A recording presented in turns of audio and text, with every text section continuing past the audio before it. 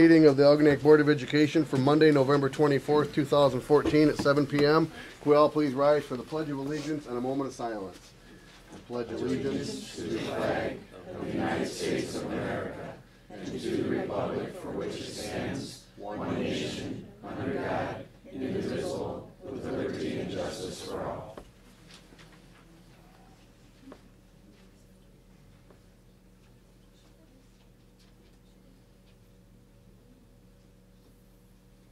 Thank you.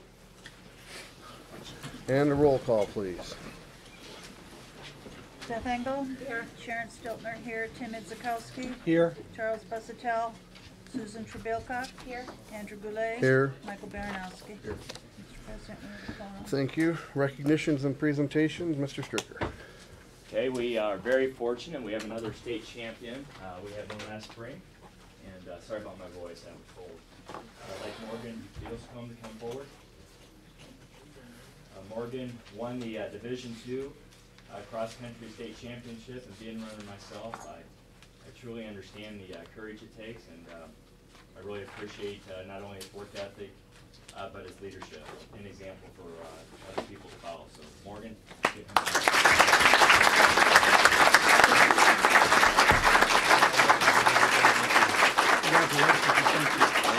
Congratulations. Good job. Nice job, Morgan.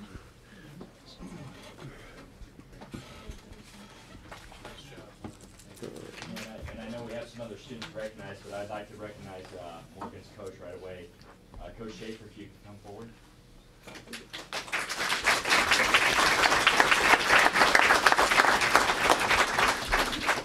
In the time I've got to know Coach Schaefer, I appreciate that while teaching young people to run and compete is very important, but more than anything, I think he uses his coaching as a tool to prepare young people.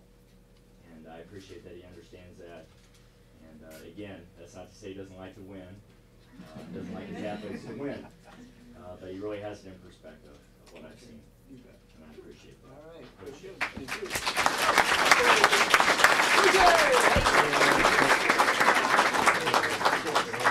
Good job, Coach. You bet. Congratulations. How many times have you done this? I'm getting dizzy going, Mr. Stiltner, you got elected again. All right.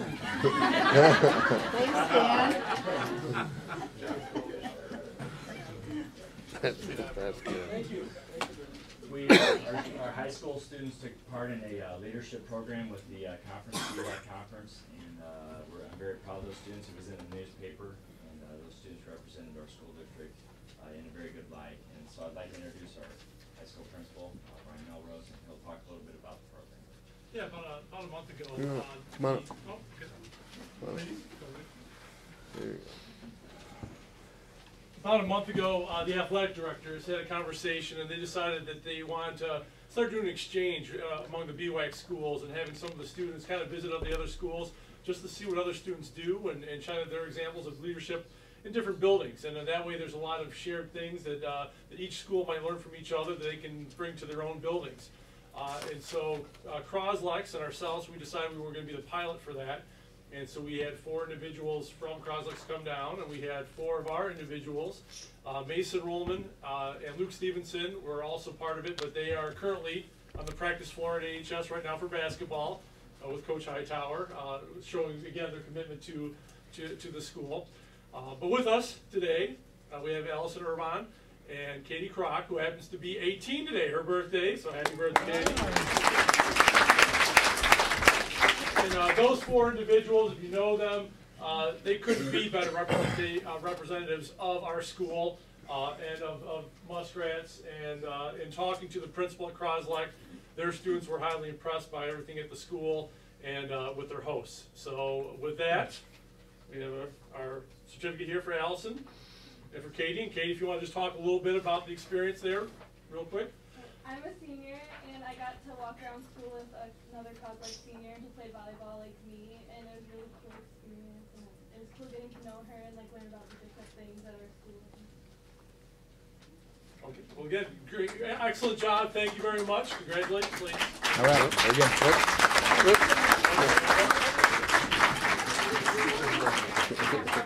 Thank you. Thanks for representing us. Good job. Congratulations, good job. Thank you. Nice job, Yeah, Casey. I'll say good job. Congratulations. In the wrong Here we go. seat.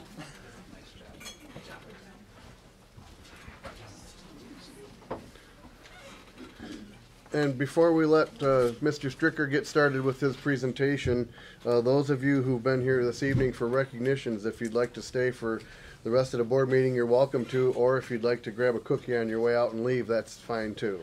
Thank you.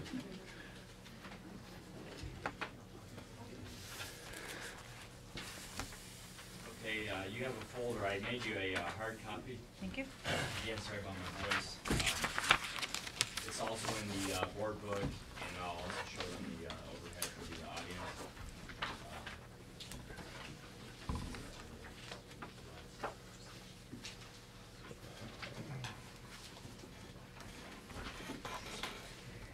Coach, sure you don't want to stay? You sure you don't want to stay? You get the lights. Right here. Benefits of retirement from teaching means I don't have to. Well, could you get the lights on your way out? Have a nice meeting. No, that Too one. funny. Yeah, there you go.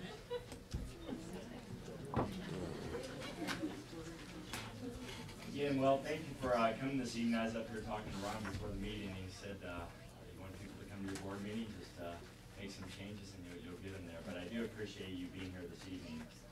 And when I was talking to some of my colleagues about tonight's meeting, us all superintendents, we complain to each other. We're the only people that listen to each other in our complaints. You know what I told them? I said, listen, I'll take a community that cares about their children and their school community any day. And so I do appreciate, we had an open meeting, a community meeting last week, and since then I had several phone calls and emails that were very kind regarding that. While we may disagree, we are all in this for the children, and I do appreciate that. So I appreciate the support, because of course, running an organization this big, during challenging times like this where you have to make cuts and so on, of course we're not going to perfectly agree on everything. It's human nature, it's a large organization. So I do appreciate that we stay together for the kids. A lot of people have seen this, certainly the board. I know you've seen this several times. My administrators have seen this several times. But this is, I'll go through the whole presentation again. Really, it's been the same story, if you will, from really back to really July into the school year, August and September. It's been the same plan that's been presented at most school buildings, different organizations in the community. It really has not changed much as far as the general concept. And that's simply this, that there was a need for transition. I won't tell the whole story, that was in my last update. But basically, my very first board meeting here, a budget was approved that was at about an ending fund balance of 1%. And I'm going to get to a slide coming up here what that means. But it basically means you're out of money, more or less. And so there was a necessity to come in, and we had a report that was done from Mr. Bruton last year, a very thorough report and study. Like I said last week, could it have been updated? Yes, certainly. Updated information is beneficial, but if we didn't have that luxury, I'm very conservative when it comes to finance. I didn't feel we had that luxury, and so we had a necessity to move forward. And the necessity was simply that we're down to about a 1% fund equity, but it's 1 to 4% now. And once the money is gone, and I do stand corrected on the first bullet point there, it is a process that begins with the state. As far as the state doesn't come in necessarily and take over immediately, but it's a process. Lori has the documentation as far as not only the process that the state follows, but there's some legislation right now to revamp that process. So we do have that information. But under my leadership, while I'm here anyway, again, I'm very conservative. I believe it is best for kids to have money in the bank.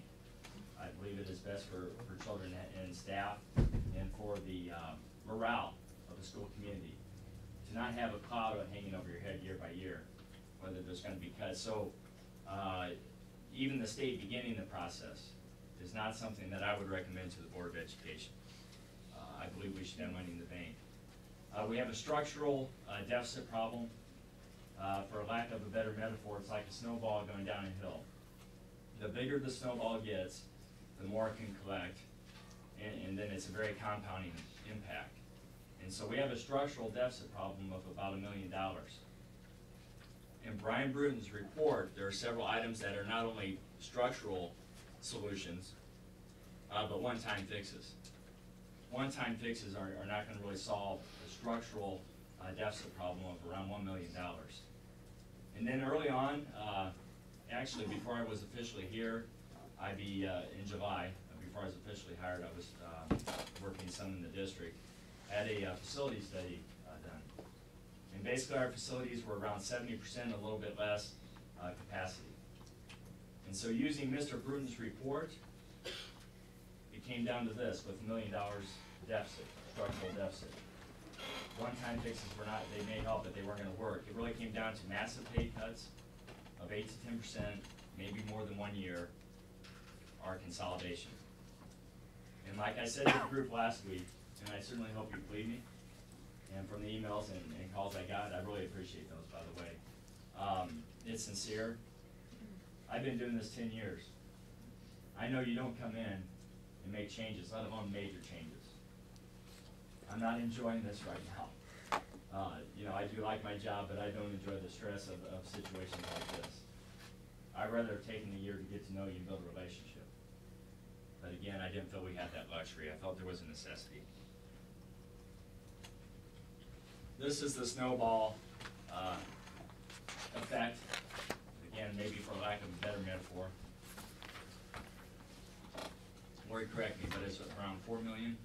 $4 million. A fund balance is basically at the end of the month the percent of what you make in your income, personal income, and what you have left in your checking or savings account at the end of the month. Whatever that percent of that is your fund balance. This district in 2010, 2011 had $4 million. And we were projected, again, my very first board meeting, July 1, we were projected about $200,000. And so that is, again, I'm sorry, and if anybody has a better metaphor, I'll start to use it, but it really is truly the metaphor. It's the snowball going down the hill. And when it becomes a structural deficit problem, that's the chart right there. By the way, that's audited figures. That's not, I'm not able to manipulate an audit. Certainly a budget, I have control of a budget, of how a budget looks. And again, I'm conservative, I make no bones about that. But anyway, that's basically audited figures, and that's, for lack of a better metaphor, that's a snowball going down the hill. I will make this a little bit bigger, so bear with me. Too big.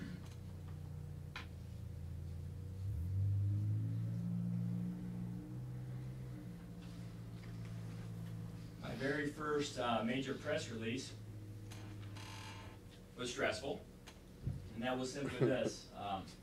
I use the book Good to Great because it's based off the top companies in the world, and of course there's common factors of the top companies in the world, no rocket science to that. And the very first thing you do in an organization if you have any type of challenge is the term face brutal facts. And so, again, please give me some credit, I've been doing this 10 years. And to come in and have a press release that says, look, we're out of money, makes me pretty nervous with my bosses right over here. Because it can seem like finger pointing, but again, I had to stay true to some type of code. And the code is simply this: I can't pick and choose when I follow certain models. And again, the book Good to Great is based off the top companies in the world and what they do. So I had to follow that. And the first thing you face brutal facts. Well, what I'm showing right here is simply this. There's, yeah, you know, $4 million in 4 years is quite a bit of money, but look at the correlation of the student count in the general fund revenue. In essence, what I'm saying is it's no one's fault, per se, that this district had a rapid and continued to have a rapid decline of student enrollment, to the point of one of the indicators that Lori found out today with the state of Michigan that they could put you on alert with the new legislation is simply this, is that if your student count drops at a certain percentage, we fall within that percentage. So even if we have fund equity, we fall within this percentage are pretty close. Pretty close to this percentage that alerts the state that this district may need help because they are losing students so very fast. And so, again, I want the board to know that that wasn't easy to come in and say, okay, look, we need to, here's our brutal facts. We're losing students very quickly. As a result, we're losing revenue. And basically, that's what that illustration shows. This is the actual audited figure. Again, a budget is John Stricker, but an audit is an outside firm. Right here's the number I'd like you to note, right around $750,000. Our deficit last year was truly $1.2 million, right around that. To credit of the school district, they did a nice job of not spending all the money.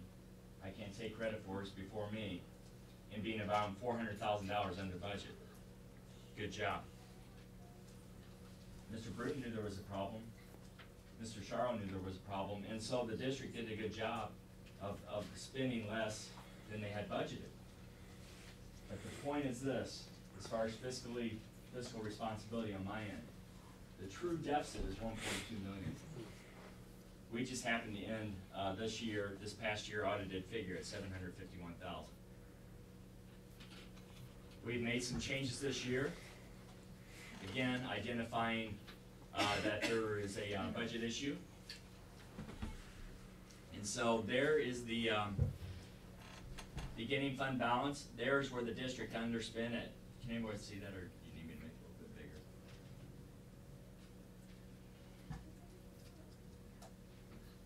Beginning fund balance, around 1% fund equity. The district underspent $400,000, and then there were some other changes that were made right away, personnel, that we were able to save some money.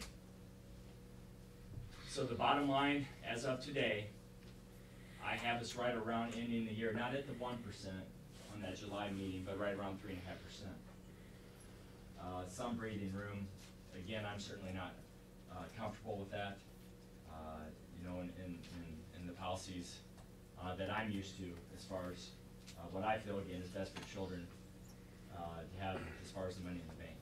But nonetheless, we're right around 1% to 3.5% fund equity. This figure here, and I'll zoom way in, that is how many students have we lost this past year. That is the actual audited, not audited figure, but that's the official student count figure. 82 students at about 7,200 per student. What, about 600,000, Lori? 500, I think it's around $550,000 to $600,000 just this past year. So not only is there a structural budget issue, but there's another $650,000 just this past year in student decline. That right there is what would probably, the research that we did put us on alert, even if we had fund equity, which we probably won't, 1 to 4% at the end of the year, that would put us on alert right there, losing students at that percent.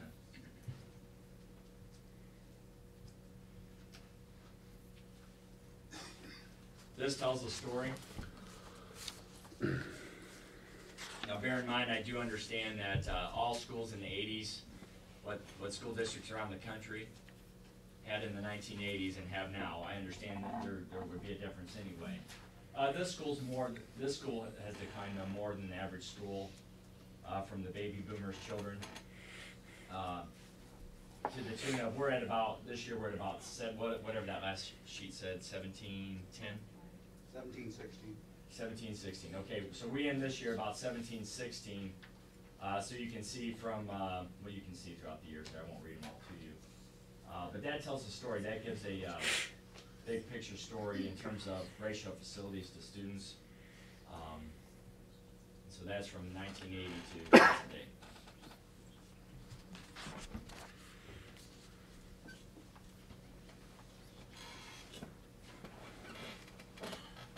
This gives a class by class look, grade by grade look, district wide. And you can see when you look at the kindergarten figure, at 115, we have as low as our 4th graders at 113. and as high as our 9th grade class at 153. And this will be referenced several times this evening, because I do care, and we have pondered this a long time. An advantage of consolidation in this configuration that I'm going to present here in a second, but I need to talk about it right now, is it allows districts, when all sections of a grade level are in one building, it allows you to quickly adjust. Let's say next year, and we feel we're going to have another low class by some of our indicators that we use. We're going to have another low class. Let's say we have 100 kindergartners next year. I agree with the group, by the way, last week. I know people are going to have a heck of a lot of babies, and there's going to be growth, and that we've seen the worst. In the following year, we go from, let's say we have 100 next year, and the following year we have 150. We go back up to 150 in the kindergarten class. Having all your sections together in one building allows you to quickly adjust and say, okay, we only have 90 kindergartners, here's how many sections we need. We even out the classes, maximize our class load. If we have money, we can have small classes. If money's tight that year in the state cut, we can have larger classes. We have to have larger classes. But it allows you, consolidation allows you, consolidation in, not just consolidation into having your sections in one building, allows you to adjust to fluctuations that are going to happen in communities like ours. We are going to have fluctuations. I didn't say much last week because, again, it was a listening mode for me because I felt, and I could have been wrong, that if I would have said something, it could have turned into some type of argument, and that would have been my point. But now that we're at the board meeting, I did want to express that. That this is a big factor for me looking at this data right here when you look at how those classes vary. And they're going to continue to vary. These projections are projections I've used in the past that I don't think will work here. We're declining at a faster rate than the method I've used in the past. And the method I've used in the past is I take K6 average, so I take this K6 average, whatever that is, bump that number up to kindergarten for the next year, and then all the numbers slide over. That's how I come up with my projections. We are losing students at a faster rate than a K6 average. Even with that said, you can see in 5 years where our enrollment goes down into the 1600s. I hope I'm wrong. I hope I'm wrong. I hope we start to grow. Down below you can see, and again I haven't got to the official proposal, but I believe everyone knows it, and I will get to that. But while I have the spreadsheet up there, you can see based on that K6, the K6 average bumping up and all the numbers sliding over. Those are the enrollments in the building. The Millside K1 building, you can see is from 243 up to 263 within the 5-year period. Algonquin 26 is from 252 to 248. 648. Excuse me, 640, thank you. The high school, 815 down to 775.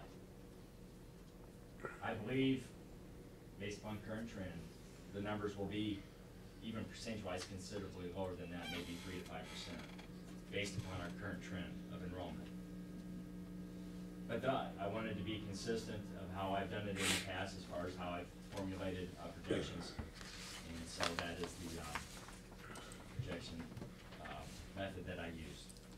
I will adjust that as I have more data and more history. Could you get the lights, please? Thank you. Okay, the proposal is this. Basically, in Millside, you'd have the K1, and you can see the color codes, and I'll have these for the audience, and I believe most people have seen these. Again, the power, not only for teaching staff as far as collaborating, but the power as far as on the business end of it is simply this. Your sections are together in one area so you can absorb the fluctuations of enrollment.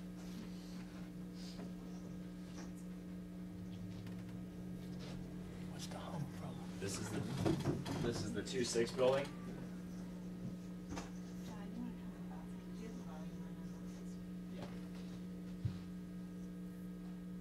Why is that not pleasant sound? Oh, we love it. Yeah. Little background noise. But basically you can see that this is the 2-6 building. And again, the sections being together in the building. So this is the 2-6 building. And I'll have these afterwards, so people can look at them.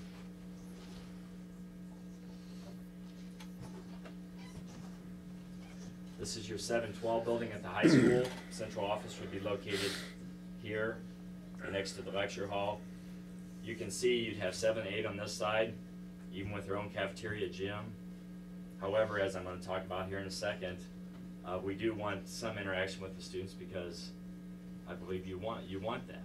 And I've seen the power of, when you're running a school building the way you should, the power of having that. But you can see the physical separation. Again, this is your 9 and 12, 7 and 8, they have their own cafeteria and gym. Central office would be located here. Point Trimble would more or less be used as is. We would move a computer lab over to Point Trimble, but basically you'd have your preschool on this side, programs, and then you'd have your alternative school, and then high school classrooms as needed. You'd have your preschool, basically your program as is. Point Trumbull. Then you'd have your Next door to the high school. high school classes as needed. What would the and high school alternative classes program. be? Which is Like basically what computer we have labs. right now. They could do like E2020 and stuff over there. Oh, like this one done. You get the lights. Only if they need the room.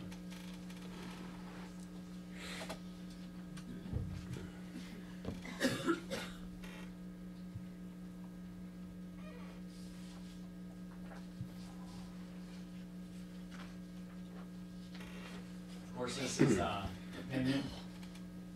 It's opinion based on my experience. I know that. And I know there's research on both sides of consolidation. I can just tell you this. And I understand it was a smaller school district. I do understand that, of course. But I also understand the components.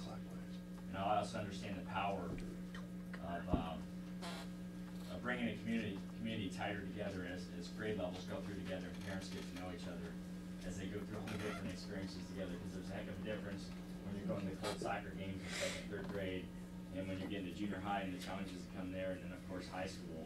I've seen the power of the parents and students going through together. But simply this, I truly believe that it's not a marketing spool. Anybody that's done the research on me can read press releases. I had a great passion for the school district I love and the accomplishments there that I'm not taking credit for, but I'm blessed to be a part of. And I've seen the power of bringing things together as tight as you can. And so I really do believe we would be known as that family-friendly community. Not that we already are not, but I believe even yet a step further.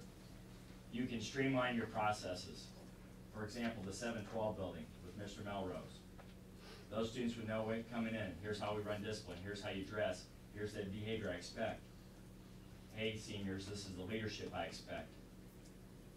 This is how we do things here. They get it down their 7th grade year, no transition needed. Same leader, same philosophies. Same with curriculum and instruction. I've seen the power of closing the bureaucracy of levels. Bureaucracy of levels and having tight-knit groups. And this would help us. This would be a step towards doing that. Processes, the staffing, custodial and maintenance. Again, you can streamline. I've already talked about the parents building a tighter relationship. I've seen it happen. It's really neat at graduation, I can tell you that. Even me at my central office would be located in the 7-12 building. It's pretty cool for me to hug every single student that comes off that stage, even if it's cost $150. I would know those students, and it's pretty powerful. And the leadership too. It gives me a chance, as you may know, I work with the seniors now, but even more so to develop leaders. Not only students that know things leaving the school, but to develop leadership. And so that's a big factor. Before I leave this slide, I was sharing with one of my colleagues today on the phone, because he's making cuts in his school as well. We have a unique, in my opinion, we have a unique opportunity to have to cut like this guy's school and so many schools, and in my opinion, actually bring some positive traits to our already good school district. And so that was the summary of that phone conversation. The actual estimates, and just so you know, again, last week I wasn't saying much because I guess I wanted to survive. I needed to go. Might as well call a spade a spade. I real honestly, some people were really upset. I don't know. I'm not fighting. I'm a pretty boy, you know. I'm not fighting God.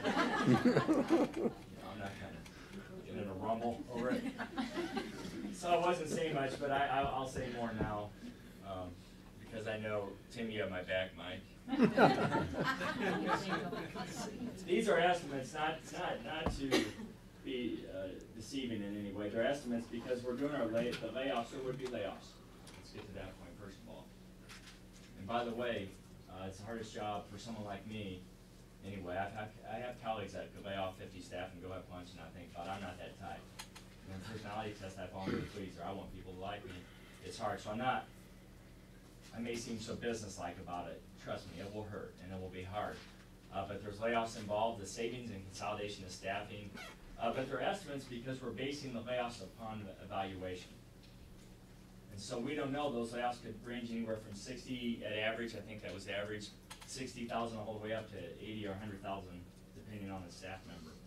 And so it's not to be deceiving, but we really don't have specifics with numbers. And so it's the same with administrative, teaching, and it necessarily would not break down that way. I have it right now on again, it's an estimate, because until we do the actual scheduling, we won't know, based upon certification, experience, and evaluation, we won't know what those dollar figures are. Same with operations, it would be an estimate, and so that's the 80. Support staff, secretarial staff, that's an estimate at one person. In the 2 buildings, but yet only 1 person, because we want to right size that. Same with maintenance. The layoffs with maintenance, this is I'm the superintendent, so it's my show for now anyway, right? Someone's probably seen that for now anyway. But I feel we really need to right size with maintenance staff, and we need to right size secretarial. Because that's your face of the district. I understand the instructions, the meat of it, of what we do, but how those buildings look, and when you walk in that building, that is the face of your district. And yeah, there's a marketing side of John Stricker, and I want to right size that because I want to make sure those areas are running to the standard that I feel that they should be. Not that they're not going well now, but I think some people are really stretched. And so that's the reason for that number. I do have another category of $50,000 with redundancy, and so curriculum, technology, and so on, there would be some redundancy, and it's a miscellaneous category. It's a miscellaneous category. So I have our annual savings at about right around $1 million, and again, that's give or take, and again, not to be deceiving, but it's simply it's an estimate, and that's what it is. Some expenses. These are minimal expenses. I had, after the meeting last week, someone that's in the area of construction came up to me, like, no offense, Dr. Stricker, but do you have any experience in construction? And I explained to that person that really these costs are minimal because of our budget situation. And until we build our money up to where I feel it should be, money's tight. And so, like your homes, I'm sure you might like to put in marble countertop, but for this year, you're just going to fix the chip on the countertop. Okay? Like when I first got married, we didn't have a dime, and I had a lawnmower that I duct taped everything, and this is what it reminds me of. And I was mowing the yard one day, and it blew a hole through the engine, and my neighbor just loved it because they called it one more mow. It was so bad. And anyway, we were looking at the side of the engine, smoke's coming out. He goes, I don't believe you'll be able to duct tape this trigger. And did I want a new mower? Yes. Yes, I did. The neighbors all had the fancy mowers. I wanted a new mower. I couldn't afford it. Right now, this is minimal to get us into these buildings and begin to save money. I do realize that. And so you can see the breakdown with Millside, Algonquin. That's including moving expenses. And transportation, I would be looking at adding to a route and a half. Transportation to hopefully cut down on the busing time at Fairhaven. And so I have some transportation cost in there and some moving expenses. So the first year I have us at about $300,000 of additional expenses. So again, it's an estimate. And it's an estimate really I've been giving in Board of Education, I've been giving since really September of $600,000 to $800,000. Our reoccurring would be more than that. I've debated on the last part of my presentation, to the point I was calling colleagues today, and you know, and I am going to go ahead and show it's just it's a little 7-minute clip. The reason I've decided to follow through on this is, and I want you to know I'm a realist, where I respect you. I understand I'm not a professional motivating speaker. I get it. And so if you come in here with a strong opinion, this speech today, this movie clip I'm going to show is not going to change your mind on how you feel, and I respect that. But it's too strong of a metaphor if you read my last update and the sincerity of it. And it's and basically that says I want you to know I did not come here to divide a community. On the contrary, I've come here hopefully to unite a community. And over time you'll see my love for the kids. You'll see it. It won't just be words, it will be actions of what I do and the decisions I make. And so I do want to watch this little video clip. Some of you may remember it, and others may not. I had some young teachers, so teachers, I know you've seen the clip, and the administrators have seen it. Probably will tease me.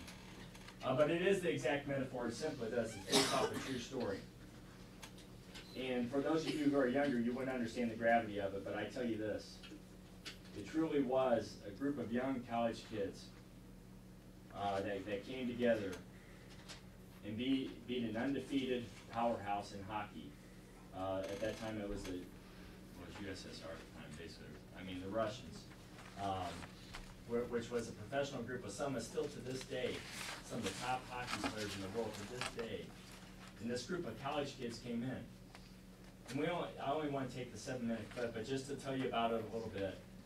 This coach that came in, true story about this coach, and this scene is based off a true, because Hollywood can enhance things, it's based off a true event which turned this team around. And it truly was a miracle. And it was simply this. Throughout the time leading up to this coach, during any type of controversy, would say, okay, introduce yourself. Where are you from? Who you play for? And these were college kids, so they would always say their name, where they're from, and they would say the college that they played for. And it wasn't until this time that they understood where the coach was going, and this was truly the turning point. And so we will see this. Can you turn the lights on for just a second? Time's up. Yeah, I think just one more second.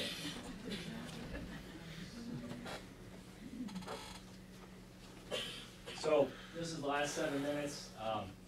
But this is based off a true story, and it was when this team finally clicked. And this is based also when the team moved forward. And really, it was truly, for those of you old enough to remember, it was a big buildup, and it truly was a miracle of how this group came together and pulled something off that was quite incredible.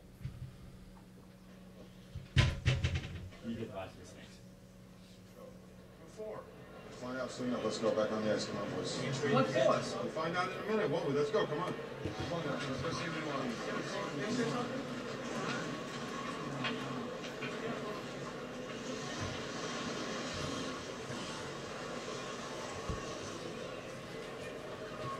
You guys don't want to work during the game? No problem. We'll work now. Goal line. That one. This is pretty different.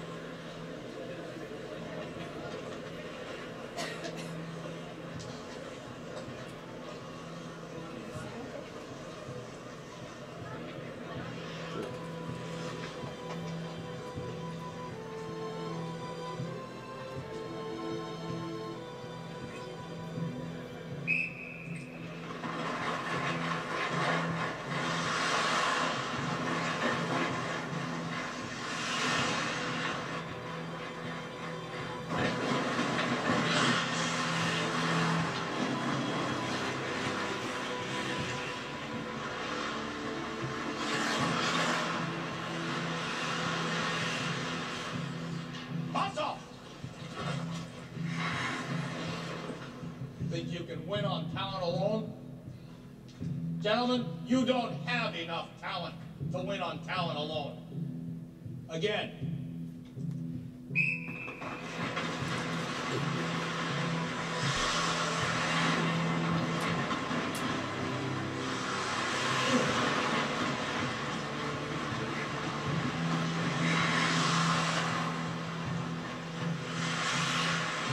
Come in here and play the Norwegian national team and tie them, and then go to the Olympics and win. You got another thing coming. You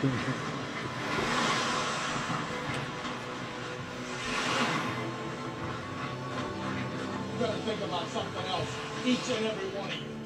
When you put on that jersey, you represent yourself and your teammates. And a name on the front is a hell of a lot more important than the one on the back. Get that through your head. Again.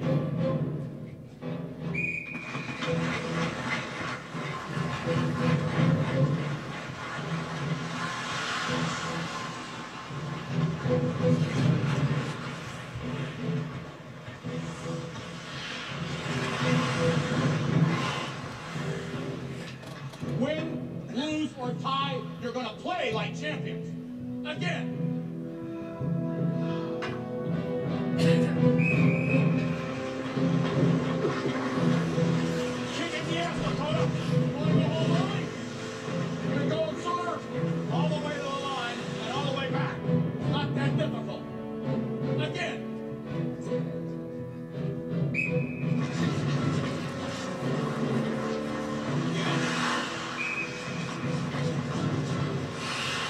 Again.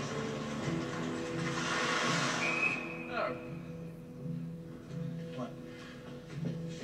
The rink manager, he wants to clean the ice and then go home. Tell him to leave me the keys, I'll lock up. Again. Again.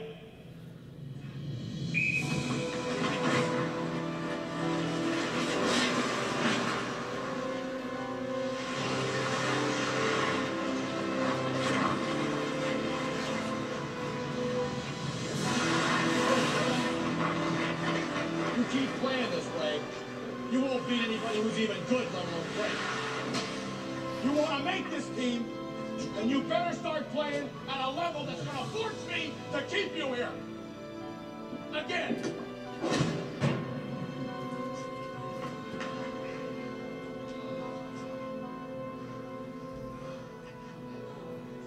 Can we get out of here?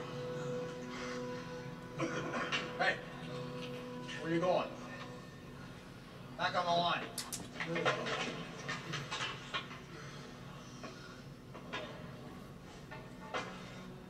Again. Send them.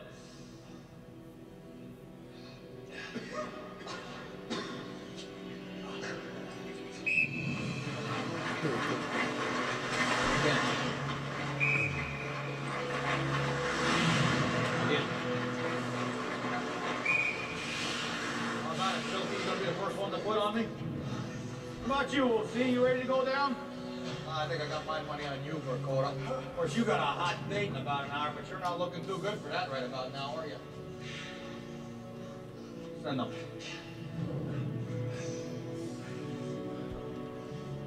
Again.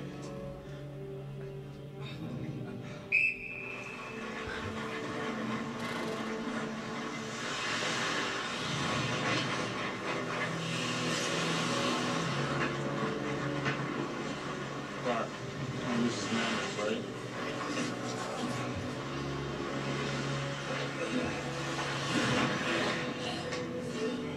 This cannot be a team of common men, because common men go nowhere. You have to be uncommon. Again. Herb! This has gone on long enough. Everybody on that line. Somebody's going to get hurt.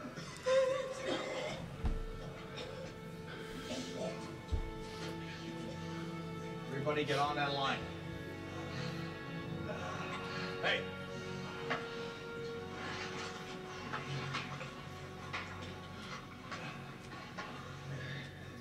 Again.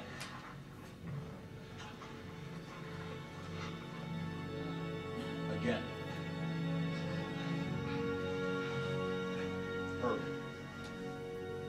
Come on, Craig, blow a whistle. Again.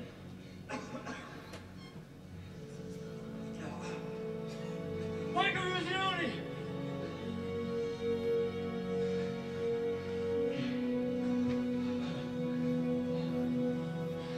Winter, Massachusetts!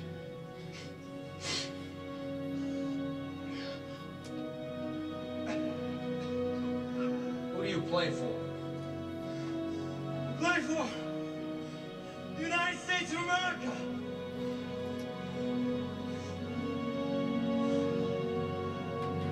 That's all, gentlemen. That's all. Slides, please. So my recommendation is that I believe we have an opportunity, based off necessity, to cut on an annual basis about $1 million a year. And in my opinion, my recommendation, I believe, that this can come about with the K6 facility made up of Millside, K1, Algonac 2-6, and then a 7-12 building with the high school, Point Trimble as needed. And that's the recommendation. Any questions?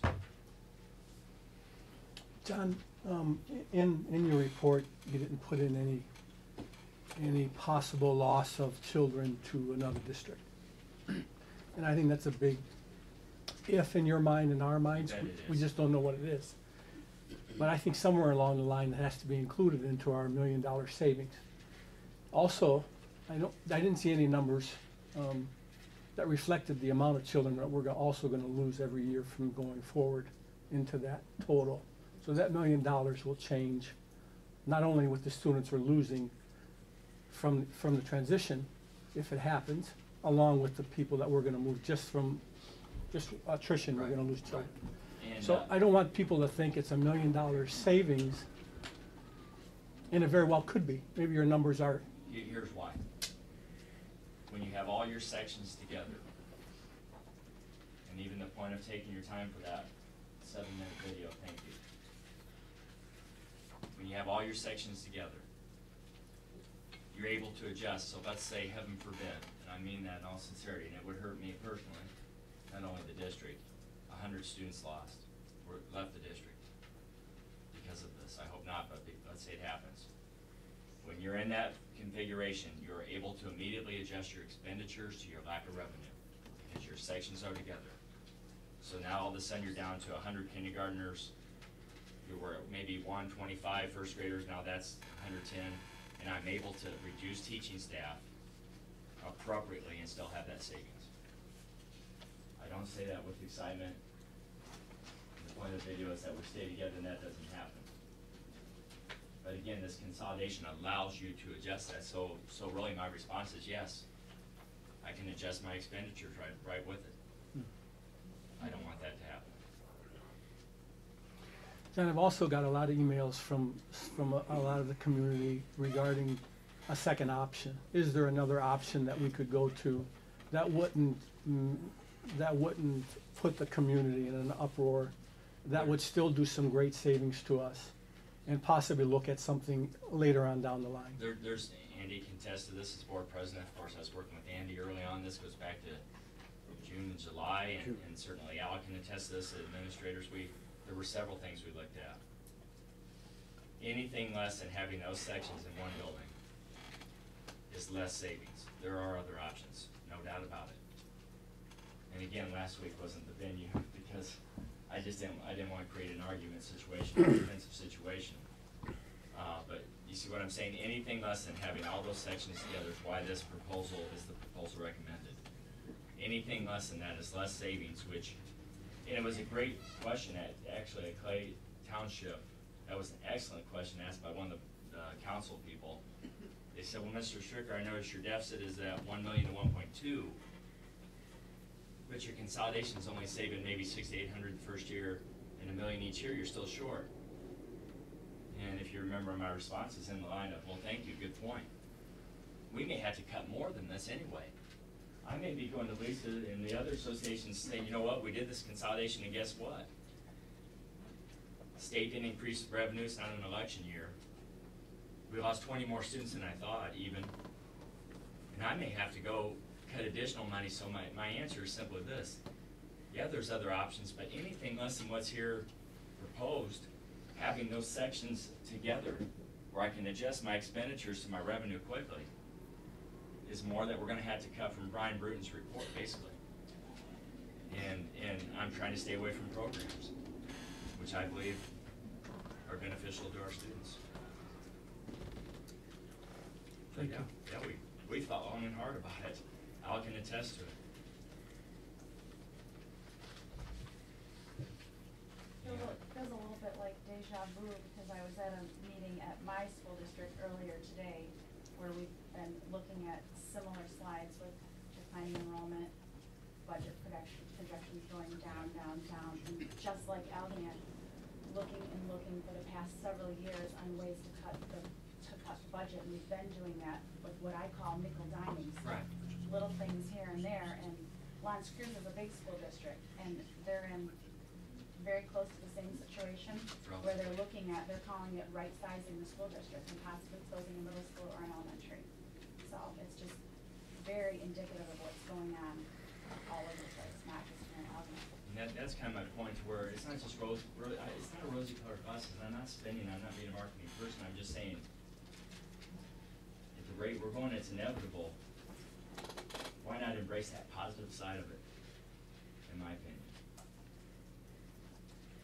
Questions? The comments that I've heard I've received much positive support, messages of positive support for the consolidation, and those messages have been rife with compliments to you, John, for your vision for bringing a community together, having all of these students in as a cohort from the beginning all the way through the end, for all of the teachers and all the principals to know who they are, and those kinds of things.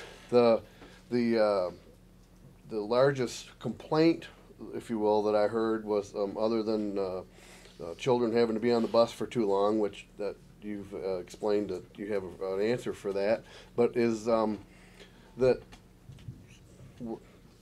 particularly the folks at Fairhaven, where there's 180 students going to a building that's going to have 600 some, that the principal's not going to know who my kids are, and the teachers aren't going to know who we are, and all those kinds of things. And I have a hard time believing that, because I see it at the high school, that like numbers of students, but it's pointed out to me, that of course these are younger children that need what have you, and so is this the exact words were, this multitude of students at this building, were words that were spoken to me. So is that a concern that I or any of the other board members or any parents should really be concerned about, or how does that work other places, or Yes, it's a concern. It's a concern. My dad ended his principalship in a small county school in Indiana as high school principal, and he ended up elementary principal. And he always talked to me about the power of that small community school. Yes, it's a concern. I believe we have great teachers, so that will break that down. I believe we have teachers that will make sure that those kids in those sections of their building feel loved and appreciated and known. Is it optimal? No. Is it a concern? Yes. Do I think we can overcome it? Yes. believe we can. But John, can you, maybe touch upon, I know when we did the curriculum workshop, how you see this consolidation improving that piece? Melissa, be putting her on the spot if she's in the other room. John, before we move on to the curriculum I'm piece. putting you on the spot a little bit. Can we just go back, just so I don't lose my train of thought before we move on to another topic? I think as most people know, I work for Lance Green Public Schools. Our smallest elementary has about 380. Our largest elementary has 750.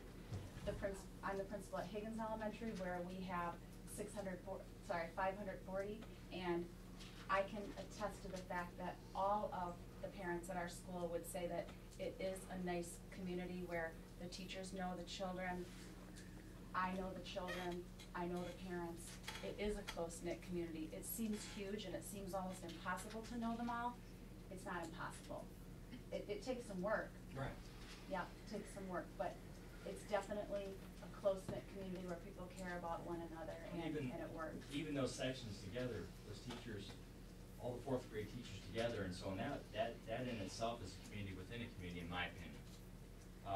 Put you on the spot a little bit, but it really is exciting about Melissa's heading off her curriculum alignment, and the group, when they got together, which was made up of a cross-section of our district, it was really neat to get them together.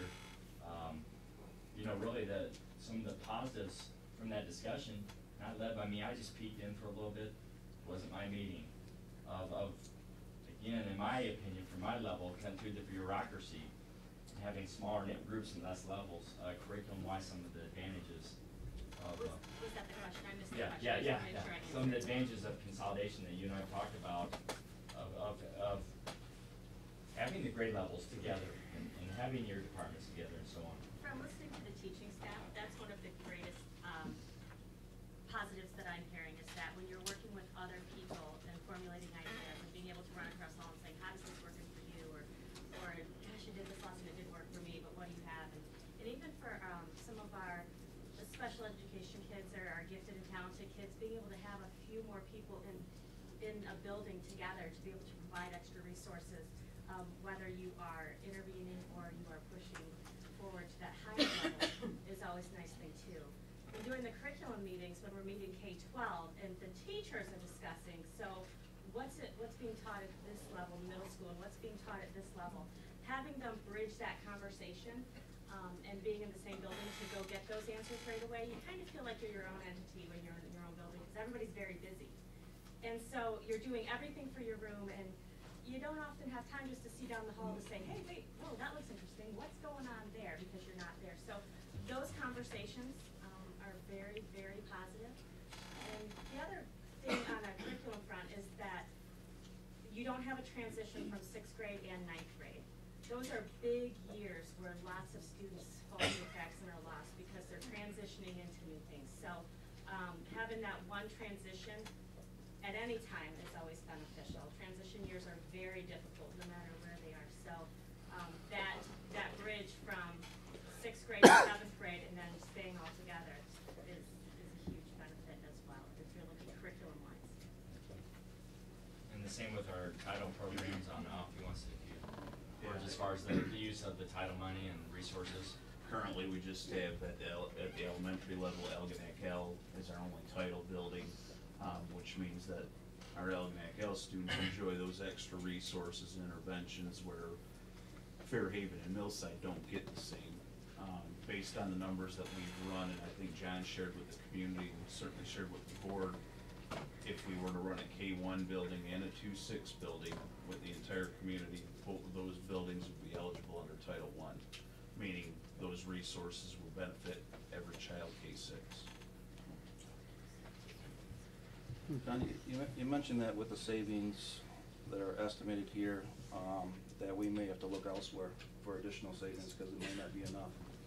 And assuming that approximately 80% of our expenses are all salaries and benefits, correct? You're looking there somewhere.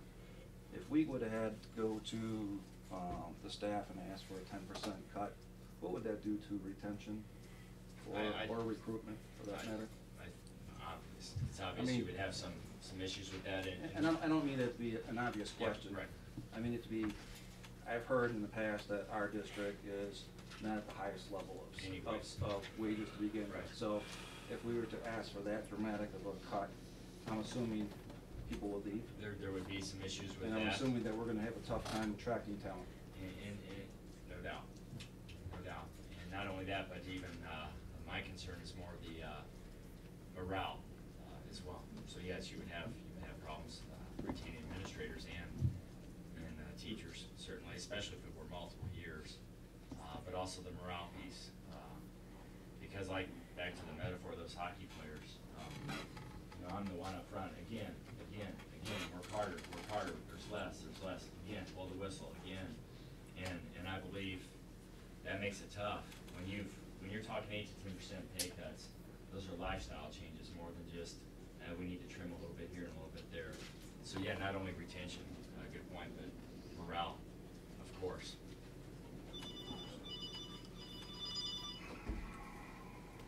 The recommendation, this is tonight me informing the board. We are not trying to pull a fast one by any means. We've been talking about it for some time, and even this is information. The vote will be the December board meeting. This is the recommendation at this point. And,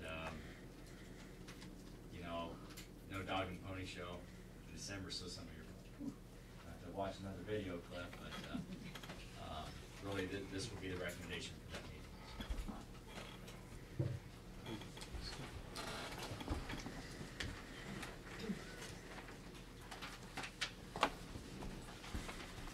Thank you, I think. Yeah. Consent agenda? I'll make a motion, Board of, Board of Education approves all consent agenda items, including the agenda minutes, personal items, treasurer's report, and bills as listed items A through D. Support. It's been moved and supported. Any discussion? Hearing none, all those in favor, aye? Aye. Aye. Any opposed? That passes. Information items, Mr. Stricker. That's the okay recommendation for the consolidation. All right. One. The proposed date for the January organizational meeting. It's not written on here very good.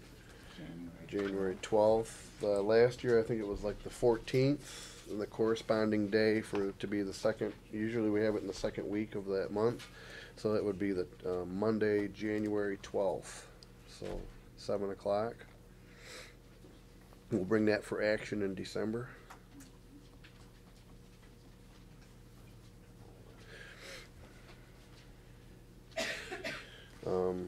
Letter of interest for prospective officers.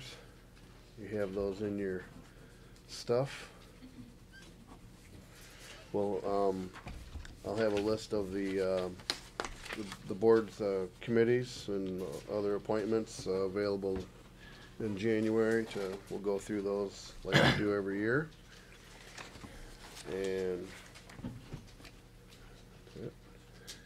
formation of a K-8 drama program. John. Okay, I was approached by two ladies in our community regarding a K-8 drama program, which that could be adjusted based upon the consolidation recommendation.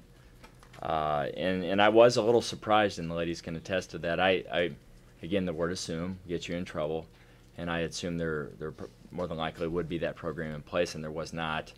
I'm very big with the arts. I myself came from the athletic side of extracurricular activities, but not every student is an athlete. However, every student needs to benefit from extracurricular activities. It's a very important part of the balanced education we offer, and I refer back to when I interviewed, and it wasn't just smoke. It was true, and student achievement is more than just academics. With that said, there was a proposal from Christy Bottle and Caroline Dembski. Did I pronounce it right? And we had lunch and talked about it, and I think they were a bit surprised because I usually am that old tight superintendent that, no, I got to look into it, we need more research. And I said, you know what, let's benefit some kids here that aren't all in the athletic side of things, and let's get going on this. And so I did recommend that we move forward, knowing that we have all this going on as well, but I don't believe it can wait.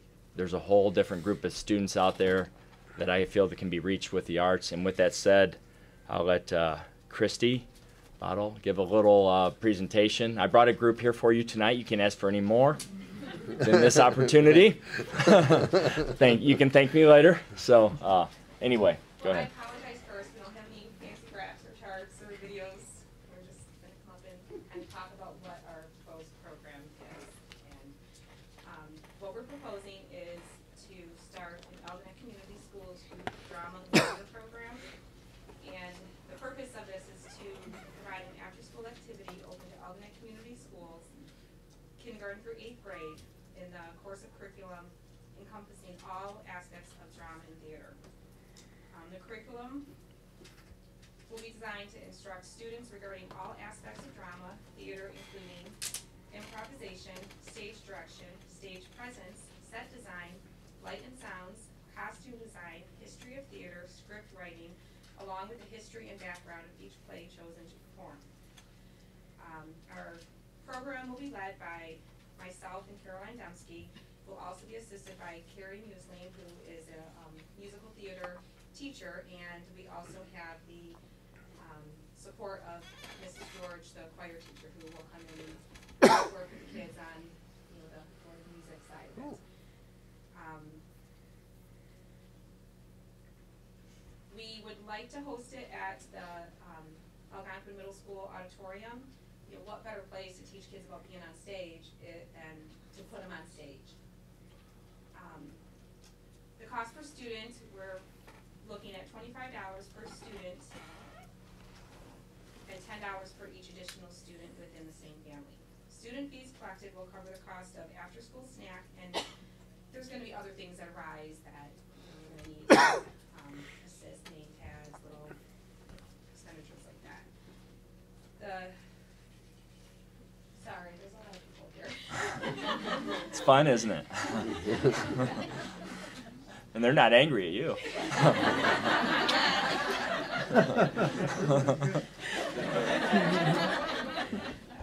There'll be a focus on middle school students concerning the leadership aspects of theater, such as directing, stage management, lights and sounds, script writing, costume design, and the importance of stage makeup and set design. The main focus with the elementary age students will be acting and stage direction, with some lessons revolving around the history of theater and the background of the current play. Local theater professionals will be invited to come in and speak with students on various topics relating to theater. We've already made contact with some other local theaters who have expressed that they'd be willing to come in and assist us with working with these kids. There will be 2 performances per year. One will be one winter and one spring performance. One performance will be under the direction of Caroline, and we would be looking for middle school students who take an interest in writing as well, to work with her to write a script which will be created from fairy tale or classic piece of children's literature. The other performance will be an already existing known play.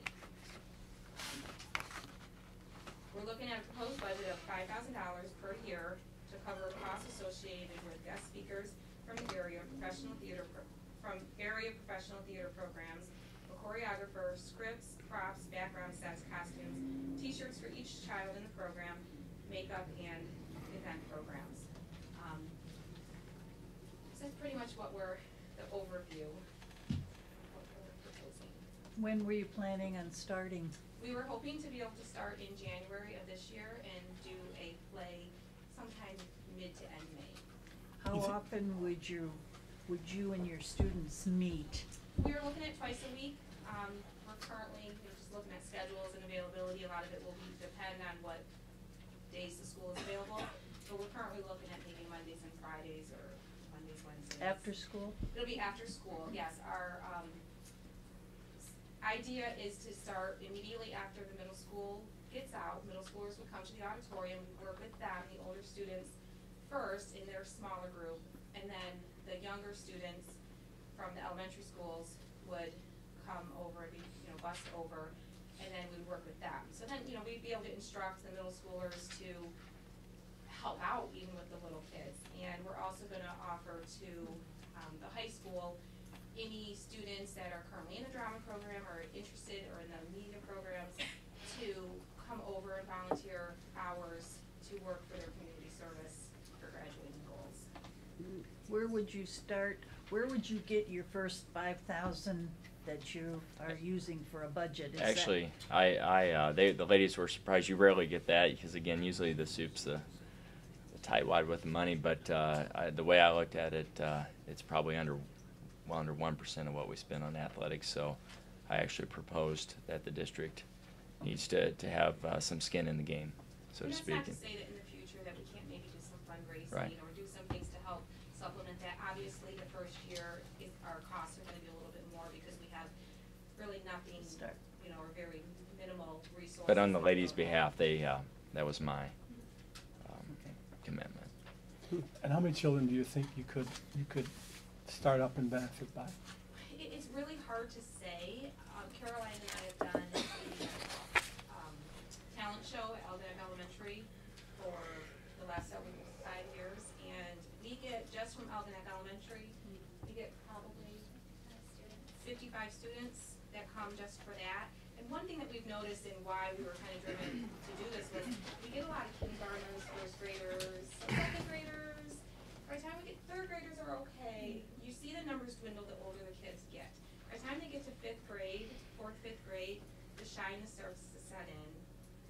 You know, the stage fright, all the self-esteem issues set in by that point. So we had proposed to do or had attempted to do a middle school talent show last year, and we went and met with Mrs. Lesage, and we had the green light, go ahead, we put out the word, and we had very little interest. And the feedback that we got was they were just too afraid to get on stage. They didn't have the experience. They didn't have that nurturing that, you know, any kindergartner, they'll go up there and they'll twirl and they'll sing. Yeah. And we've had kids jump rope. We've had kids, you know, just stand up there and spin around for their talent. And, you know, for our talent show, we welcome any talent. You know, if they want to do it, we welcome, you know, we love to have them. So we're seeing that by the time they get to middle school, because there are no programs available in the area. The kids who are joining these programs are going to Marine City, St. Clair, Richmond. Our kids have gone to these other districts, you know, for their programs. And it's not a district program. A lot of them are privately funded outside. The Algonac doesn't have anything like that. So, you know, we don't want to see our kids going to other communities to do this. We would like to have something right here for them to be able to do. Well, and the life skill of public speaking, let's face it, athletics, again, I came from the athletic side. It's great you can shoot a 3-point shot, but at the end of the day, most kids are not going to go to college or certainly professional basketball, but public speaking is what takes a lot of people to the top, no matter what field you go into. And we're not just looking for kids that want to get on stage and shine on the spotlight. We're looking for kids who are interested in writing, interested in directing, lights and sounds, art. I mean, we're going to be doing backdrops and costumes, and there's so many areas, so we're really open to a lot of different kids and their interests. Because the idea is the first play to be done as a pre-written play, and then the second one, bring the kids and have them more involved in the actual creation of the play, and where they can have them by the end of the year. And this year we're starting midway, but by next year they'll have all, you know, fall and winter to learn. By the time we do the play in the spring, we're hoping that we can have some of those kids up there in the lights and sound booth actually That's cool. hands-on in every aspect of it. And what a nice facility we could use for it too. Yes, What a nice facility. beautiful place to use, yeah. Well, I think it's a great idea, and I applaud you for bringing it to us, and I look forward to being part of that also. Good luck. Yeah, good luck. Thank you. That'd be for December approval. So. Good. Okay, thank you.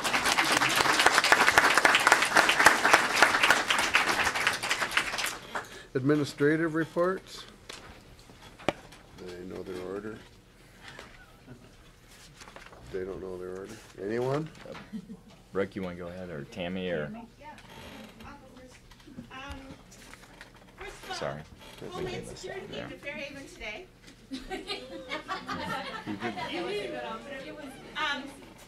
We had a lockdown drill. It went swimmingly. We even got the stamp of approval from Homeland Security. So thank you, teachers, for this great, and thank you to the students. Secondly, we're talking about percentages today. In our enrichment classes that the teachers volunteer to teach after school, we have 21% of our students participating. 21%, let me say that correctly, 21% of our slots are filled. Some students love us so much, let's see, they're taking 4 or 5 classes. So, and finally, no, not finally, conference. We have almost 100%. One family that we can't convince to come in, but congratulations to our teachers and our parents. 100%, almost. I'm very proud of that. And we had some very special guests at lunchtime today. Mrs. Stilner and our Chartwell's chef came and served our students fresh veggies and squash and fruit. And I finally had to kick them out of the cafeteria because it was so popular. So your students will come home with lots of great ideas for Thanksgiving dinner. So thank Mrs. Stilner. And they enjoyed the squash. They did. The boys did not like spaghetti squash, but the girls did. Whatever. Working. Well, I'm happy to report also that we had 98% attendance at our conferences a couple weeks ago, so that was great. About a month ago, Lisa Kane and I started adapting the LINKS program to fit Millside's needs a little bit better, and we have several middle school students come over, and we're calling them lunch buddies. Usually it's maybe a little bit higher. Good role models for our students that are struggling either socially, academically, or behaviorally. And tomorrow, 12 people from our district and myself are going to travel to Lapeer County ISD for another LINKS training.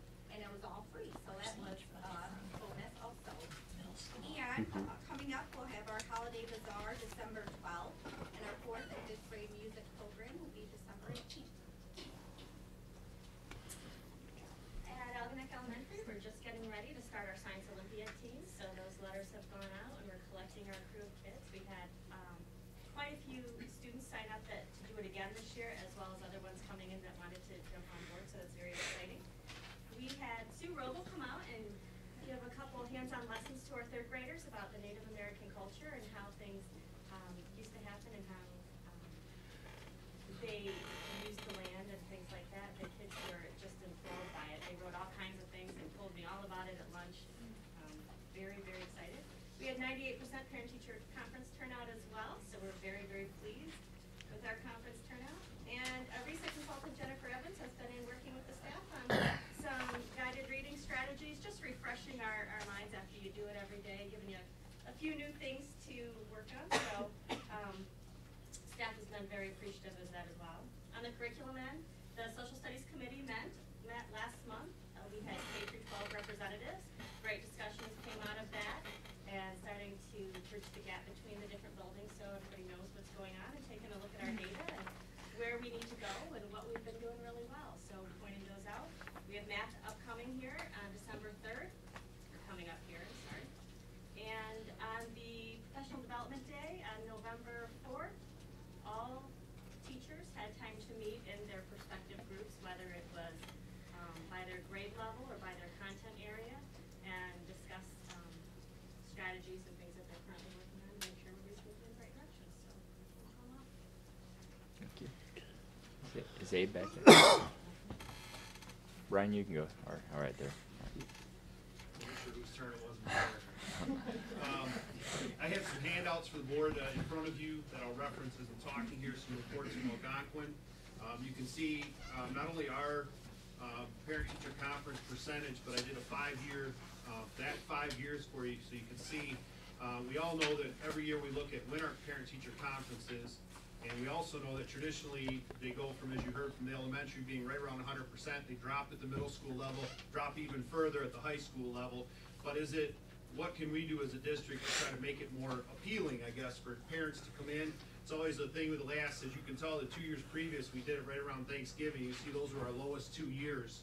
And so this is the kind of data that we'll look at. I know Al and Brian did in years past. I know certainly John has looked at this to see, are we really doing what, as far as our calendar goes, where our conference is, and is it a good time for our parents to come in. So thought you'd find that information useful.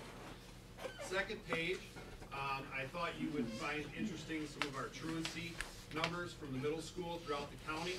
As you can see, Algonac, or Algonquin specifically, is the lowest percentage in the county, which is wonderful. Certainly not saying that 22% is our target, never is, but that speaks to the hard work of Mitch Landrum over the last 3 years at the middle school, now Sam Dobbs. So making sure our kids are supposed to be in school every day we have school and on time, and that they're there, and if they're not, they're working with Terry Harrington at our RISA to make sure they are there, and filing truancy and those kind of things. So I thought that you'd find that data interesting throughout the county. So. And last but not least, we have just the facts program we ran regarding kind of sexual assault, sexual harassment with our 6th graders. We did a parent meeting in October, as you can see from the handout in front of you, kind of what's it about. I highlighted the description there. And we ran on the 19th of November. We had our all 6th graders were in an assembly, gender separate, boys and girls. And now what happens the next few weeks, we'll have the folks from the Council on Abuse and Neglect will come back in and now do classroom sessions with our 6th grade kids. So wonderful program, and we appreciate them coming in. It's can be a difficult subject, as you can imagine, particularly with 6th grade kids. It's information our kids need, and they do a good job getting it to them. So, thank you. Yep, thanks. Okay, Ryan? At the high school, a couple things, updates. A couple weeks ago, we successfully completed blood drive put on by the NHS group. All of the slots were pretty much filled, and the kids did an excellent job. Also, our leadership seminar group. Last week, a group of them went over to Fairhaven, in which they went over and they mentored the students in 4th grade, and the kids had a fantastic time. They really enjoyed it, and it's a good leadership opportunity. And again, it's about building relationships across the district. That's a good opportunity. Our juniors completed taking the practice ACT last week. When putting it through the data director, we found that their average was right about at 20, and compared to the junior last year, when they took the actual ACT, they were at 18.6. So it's nice to see the increase. And again, with just being in practice, we have again pretty much a whole semester, so we'll get to the ACT in the spring. And I know the teachers are already using that data and addressing it with their students. And lastly, right now, the AHS, we're holding a can drive as well as a supply collection for Turning Point at AHS. There's a competition for 4th hour classes. Our deadline is December 12th, and the students have a list of supplies that the Turning Point needs. So if they come home and they're asking for some of those things, it'd be greatly appreciated. The 4th hour class that provides the most canned goods and supplies for Turning Point, they'll have a pizza party in December. So again, thank you very much for your support. That's it for high school. Want me to go ahead? Is Mitch here? Oh, no. Board reports. Superintendent's report. Basically, my report, I'm sure you've heard me enough tonight, take my time allotment, but I do want to note we did have a curriculum workshop with the Board of Education, and so with all that is going on with the consolidation proposal and so on, we still are moving forward with our curriculum initiative.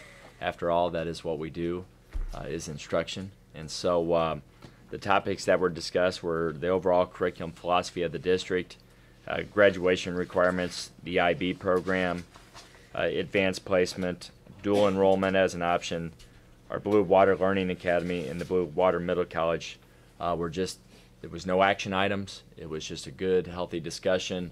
I will be bringing in, and I know it means more meeting time, and I even said that to the board. I said, to be the best, you have to work hard, and it's going to be some more meetings than maybe they're used to. But it's nice to have a workshop format where it's a little bit more relaxed, and the board can engage with administrators, talk, and it's more informal. I encourage community to attend when we have those workshops. It's just a more relaxed situation where we can work through our philosophies and so on, and curriculum is what we do. So that's my update. Okay, thank you. John, to go a step further, is the community aware of those workshops? Didn't we send letters out to everybody? And I'll put them on the certainly as part of my update. I'll advertise those. But we are going to make a presence on social media. I'm sure many people will be happy that the old man Stricker is going to be led by his new assistant, and we are going to have a presence on social media. I did want to work through what we're going to do with this possible consolidation first, and so I will advertise it. But my point is, I'm certain with the social media things will get out quicker. I do understand that, and so we'll advertise those workshops. Cool. Thank you. Visitors and their requests. We have a number. We'll start with Karen Marecki, Fairhaven.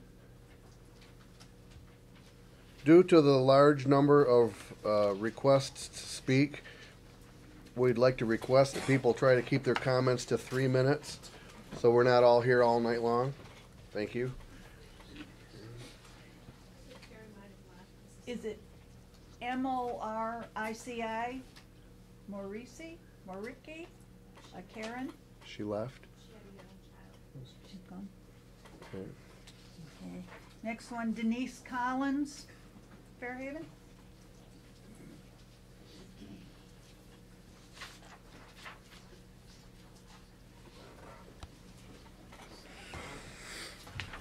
Hi, my name is Denise Collins. I live in Fairhaven, Michigan. I have 3 young boys. I have concerns about the consolidation. I met with Dr. Stricker a few times.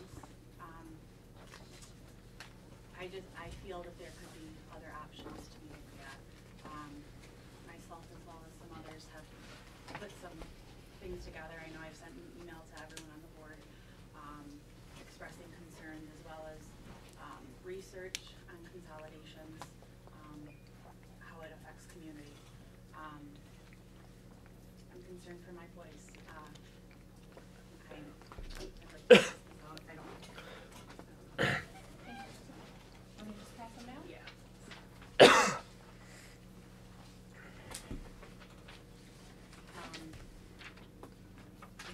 You're probably going to hear the same thing from everybody, but I appreciate Dr. Stricker's vision.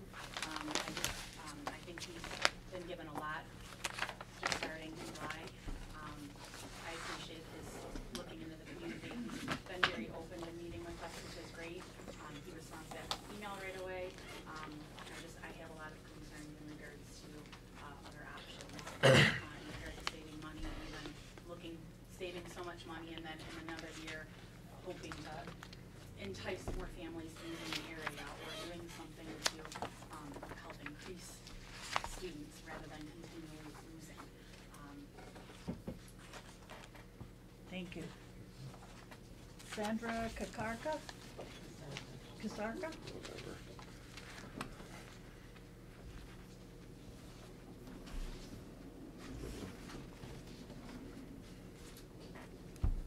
also want to thank Dr. Stricker for having a meeting last week for the community. I know we put you on the spot, but I think it was well worth the time invested into the meeting.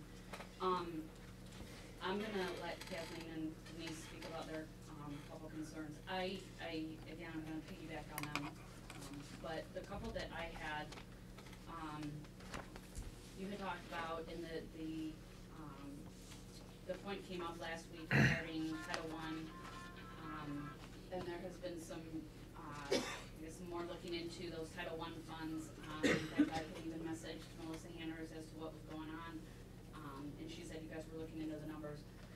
But based on some information that some of us received, it's looking like the way that it boils down that the 7th and 8th grade may lose out on those Title I funds if we combine them into, or move them to the high school. They'll be out of Algonquin, which is currently in Title I. They'll be out of Algonac Elementary, which is currently Title I. And those 7th and 8th graders that are currently benefiting at Algonquin won't receive those funds anymore. I was also able to meet with one of our board members last week, and I brought up, and I don't know if I'm even speaking right on this because I don't have any connection to it at all, but special ed concerns.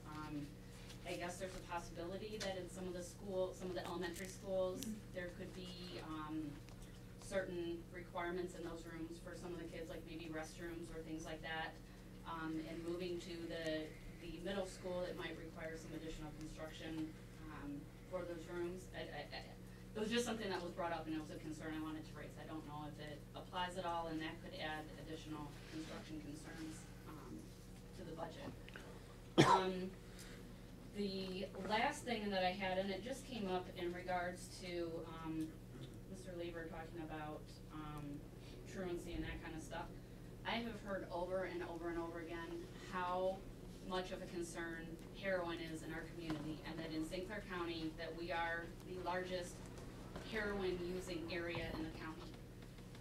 My concern with that is putting my 7th grader, or he'll be 6th grade next year, so in 2 years, he'll be in with those high schoolers. I want to keep him away from those drug concerns as long as I can. I know what happens at home, but what happens during the day at the school is completely out of my control. And I'm entrusting all of you to make sure that he is in the right environment to learn and not have those drugs in his face every day. And, you know, we can control it a little bit in the schools. The police take care of it in the rest of the community. So the one last request that I have is, we had a pretty big nightmare here a couple years ago with the privatization of the buses, and we had a new board member on board at that time. We have a new board member coming on now in January, and I highly, highly encourage you to move this vote back to at least the beginning of January with a special board meeting, so that board member does not inherit a problem or a attribute problem, whatever it may be, under her. She inherits it under her tenure versus it being part of her tenure. So I urge you to push it back. Thank you. Thank you. Next, Adrian Buchenbadner. Did I mess that one up? It's a long one, Luckenbacher. Luckenbacher. What? Yeah. Yeah. I went from E-D-E-R, eater, to Luckenbacher. So my husband, I did not marry him for his last name. I'm glad. That's on the TV. You're on TV. As I had mentioned, my name is Adrian Luckenbacher, formerly Adrian Eater. I was an Algonac High School graduate in 1995. Grew up in Ira Township, went to school in the Algonac district. I worked within Algonac as in the mental health field for several years. A lot of my family has worked in Algonac and the Ira Township as well. So I had a couple concerns. I'll make it quick.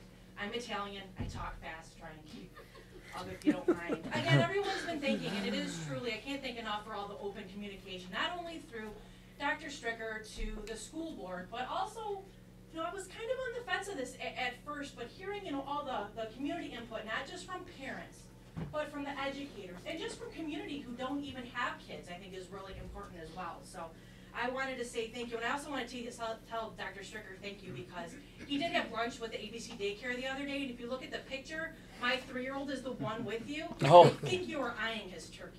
I was. my kids called me the vulture. Yeah, I was, that's it. yeah. You were looking If they're not eating it. One of the reasons I came up here is I'm really just trying to educate myself, and I'm by all means not trying to be adversarial, because I see different sides of the picture, and I'm trying to just educate myself. And my dad always told me to ask questions, so that's kind of what I'm doing as I'm putting it out there. One of my concerns is that I hear a lot of times talking about the two-campus district. And I kind of get confused, because I can see almost how we're referring to it as a two-campus district, but isn't it still 3 separate buildings, which we're looking at? It is 3 separate structures and 3 separate buildings. So I think calling it a two-campus district, especially to community members who aren't educating themselves, can be a little bit confusing. So I think it's really important to mention that it is still 3 buildings. The other thing I can say is that, you know, being on the fence, I've really listened to a lot of sides of the proposals, and I can certainly see consolidation and the bringing together of kids as positives. I've worked in the community mental health field and mental health for 14 years, so I can speak to the side of working as a community advocate and working in the community. Some of the concerns that I have, though, is there have been other proposals, there have been other things that come up. By all means, the kids are first and foremost, without a doubt. But my concern is the haste of this decision that's made. I mean, not to kind of be joking, but I usually have a plan B when I make dinner. And it sounds like it's plan A is the consolidation and plan B is cuts. And through educating myself, I've heard of different ideas, and one of them was still a 3 building, having the 7th through 12th still at the high school, but keeping 1 through 6 at Algonquin for the Algonac area, and 1 through 6 to encompass the Fairhaven area as well. So you would still have the same amount of buildings. My concern being an Ira Township resident is I'm concerned about the economics of our town and what's going on in there. And you're gonna lose families. And I know a lot of families are probably threatening and saying they're gonna move, but you are gonna lose families in Fairhaven. And you're also gonna limit the growth of that area consistently. Dr. Stricker had mentioned, you know, if we lose families, we just adjust the sections. But if we're keeping presence on that side of town and growing families, we won't have to lose staff like we would lose staff if we had to adjust sections. If we're losing kids and adjusting sections, that would mean losing more staff. But if we're keeping presence on that side of town and not losing the families and losing the growth, sure, hopefully people are gonna have babies, like Dr. Stricker had said, but the people that may not stay on that side of town, so I'm very, very concerned. The other concern I have is I hear a lot of things about opinions. We pay money for these opinions, that's great, but what I'm concerned about is a lot of these opinions and studies, it sounds like have been in-house. I work in a bigger county kind of organization, other organizations. Anytime there were bigger considerations made, like I said, even in my household, we kind of seek opinions from other people, and my concern is that, have we used consultants from the state or outside? Have we used advocates? Have we used the resources that are available to continue pulling the information? And if consolidation is the thing that works, by all means, that's the best direction. But making a decision very quickly without pulling in other advocates and just using opinions and our own inside research is really concerning to me. So making that quick decision, I'm hoping that we can take more time to make this decision that is going to affect this community for our lifetimes, our children's lifetimes, our grandchildren's lifetimes, and here on out. So, those were just some of my concerns. And to reference, you know, the movie that Dr. Stricker showed, when the lights were out, they didn't just say, practice is over with, we're done. When the lights were out, they looked and they explored and they listened and they made other options and they kept going. They didn't just say lights were out, this is our option, we're done, get off the ice. The lights were out and they kept going. And if we keep going and still say consolidation is it, that's fine. But there's other options like 3 building, not 2 campus, 3 building options that fiscally I was blown away when I looked at the numbers coming for someone as a neutral party. I really encourage everyone to look at the numbers, look at the data, and perhaps just say, is it a big difference? And how much overall we're gonna end up maybe not losing because we're not gonna lose the community that we're gonna lose in Ira Township and the overall economic impact it's gonna have there. I've worked in Algonac a lot of years. I can tell you the impact and how the structure with Algonac is. We have some struggling towns. Why make one town struggle even more? And I'm on board with all the rest of the families. I've been talking to my kindergartner and talking about embracing change, if this is what's gonna happen, and telling stories in bed at night of all things to support the change. And by all means, I will if it's the best interest of the kids. But I truly think that voting on this with the 5-6 months of information, and I'm sorry if I'm quoting wrong things because I'm trying to educate myself, but making a decision like this without even looking at other options, perhaps, and it's very clear that there's a lot of community input. And I wouldn't be up here adversarially by all means, but I really truly in my heart of hearts, and I think a lot of you know me, because I play sports with a lot of you, I've babysat a lot of your children, I live in your community, and I really just wish everyone would listen to this a little bit more about keeping an option, keeping a presence in the Fairhaven side. Maybe 1 through 6 in the Algonquin to encompass the whole Algonquin area, and then still looking at maybe the K through 12 through the high school. So that's it. I know it was over 3 minutes. I appreciate it. So. Thank you, Adrian. Kathleen Karzuski? Karczewski. I stand corrected. Okay. I, like Adrian just married into it, so. Denise was so kind to pass out some information to the board members. Included in that information packet for you is a couple of different options that just us as local parents or community members have been able to roughly put together based on the data that's available to us at our level. Unfortunately, we don't have the research or the studies that perhaps you guys do, but we just wanted to make sure that we had some sort of formulated plan B. There's also a plan C in there, and I'm sure there's many others amongst the group of parents and educated professionals that we have here amongst us today. I, like the other women and members that have gone before me, are just asking you to please take your time in making a good decision for the benefit of our children. I am a mother of 3 as well. My oldest is in 1st grade. My next one will be starting kindergarten next year, and I have another one that's in 2nd grade. Perhaps do a little bit more research as to what parents are coming into our community. I know in the Ira Township, we are seeing a lift. I know that the Ira Township supervisor was able to give us a little bit of information that we are seeing a little bit of a comeback. So perhaps looking at some more of that data before we make that decision would prove beneficial as well. Not just for our area, but for all areas involved within our school district. So, and if you guys have questions, we also did include our information in multiple emails that we tried to send out to you as well. So please, if we can clarify when you look through the information, let Denise and myself or any of the other representatives know. Thank you. Thank you. Kim Schmieding?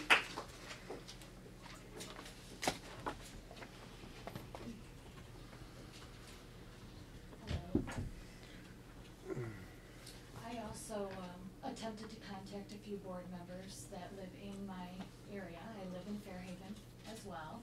I have 2 children currently attending Millside, and I have 2 children that graduated from Algonac High School already.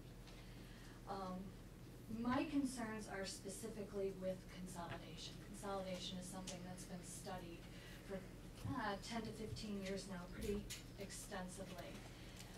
The data, you have to understand, I'm Dr. Schmina. I work for Wayne State University, and not only am I an instructor there, I'm also a researcher.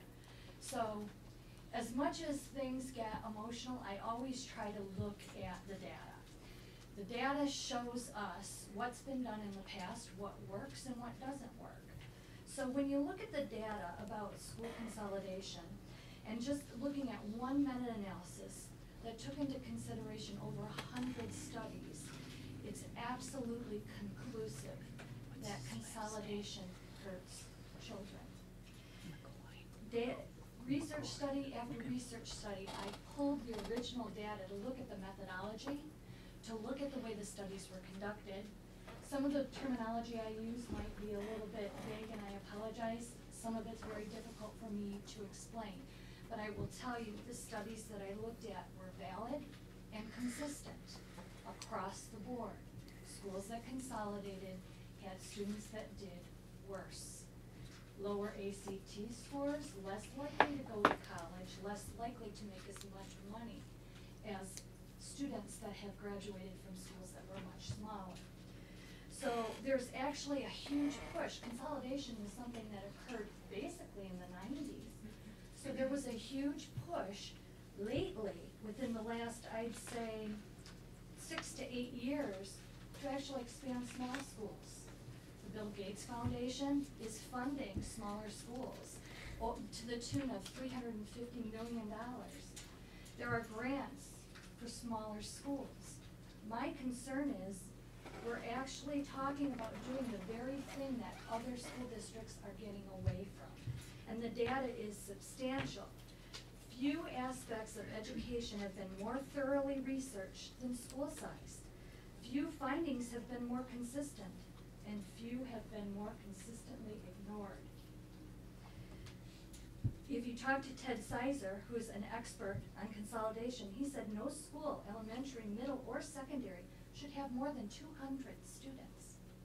We're talking about, what, 3 times that? 4 times that in high school? That's concerning to me.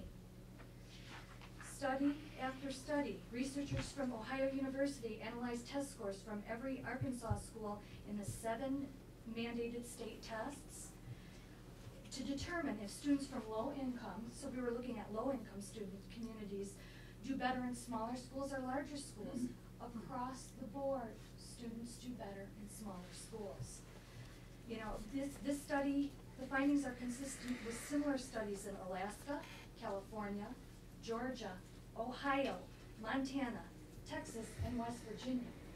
How much data do we need to tell us that this is not in the best interest of our students? School districts' size has consistently negative relations to student performance and is highly significant in 3 out of 4 tests.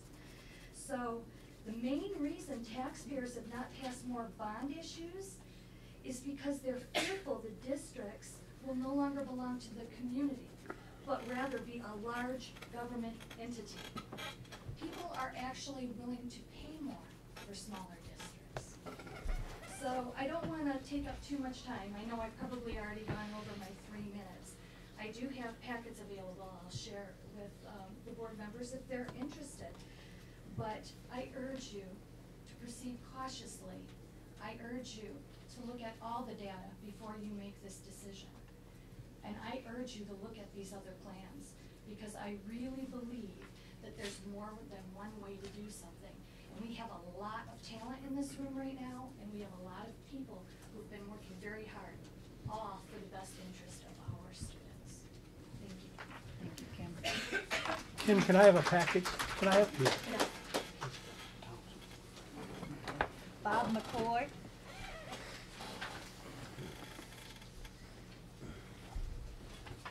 Good evening. Thank you. Dr. Stricker and honorable board members. My name is Bob McCoy. I'm the supervisor of Ira Township.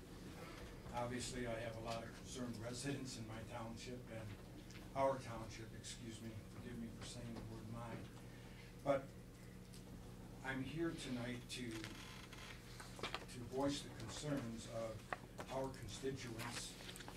And one of the problems that I have is that if you have a problem, you should be an answer to that problem or have a solution.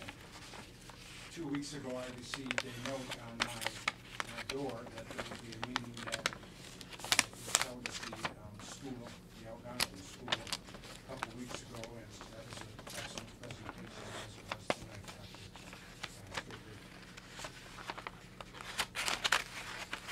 I don't know where I fell through the cracks, and if I'm thinking more highly of myself than I ought to, I will receive that back from you. As the supervisor of Ira Township, or our board of trustees, I would like to think that when a decision this huge is being made in a community, that someone would make an attempt to contact the leaders of that community to let them know what's going on. Now, sometimes I'm overseas. I do international work, and I have had international experience in schools in Vietnam and the Philippines. And maybe it was during that time lot that Dr. Stricker may have tried to get a hold of us or form a meeting, but we missed it somewhere. And I would like to ask the board tonight to strongly consider to give me some time as the supervisor of the township to try to answer some of the questions of 6,500 residents and why this school is being closed down. I do believe, as Mrs. Eater blank, I won't try and pronounce her last name. The presentation was very, very good, but I do believe that there needs to be an outside study or an outside research on this. Working in the international community, that is the first thing that we would pull into our research department, is to go out, find these people that are professionals in this, and nothing, Dr. Stricker, please, nothing is intended towards you in that, but a lot of, as was mentioned before, was my opinion, my opinion, my opinion, and it was eternal, and that's okay. That's why we elected you people, and that's why you're here. We need that. But I also believe that there can be a complement to that and an addition to that to help everyone understand. So I appreciate all the hard work that's been put into this. I apologize for being a latecomer coming on board. But I'm asking you as the supervisor of Ira Township, and the skating partner of Susan's mother,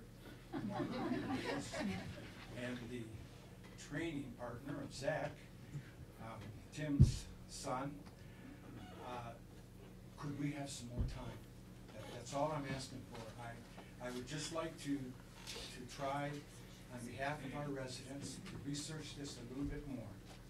If Dr. Stricker, is there a cutoff date here that really puts immense pressure on you?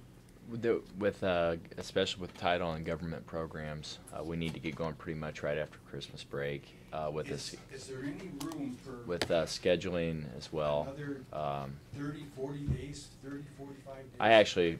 I was pushing the board really for a November vote when we started this way back in July, and the board is the boss, so I mean they wanted to wait till December.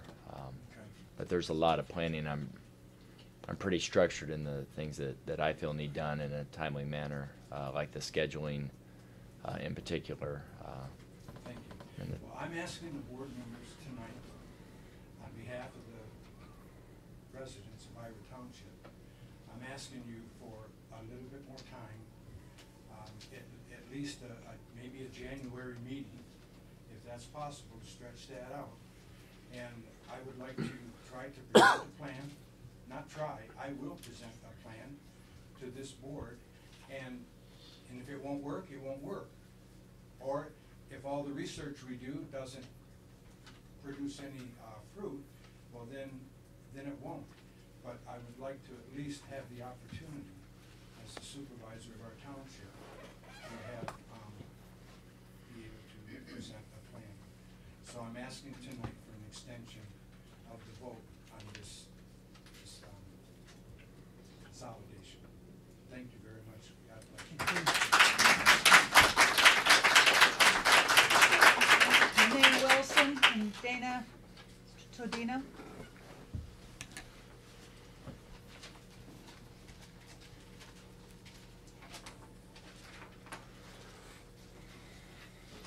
Hi, I'm Dana Todino, and this is Renee Wilson, and we are teachers.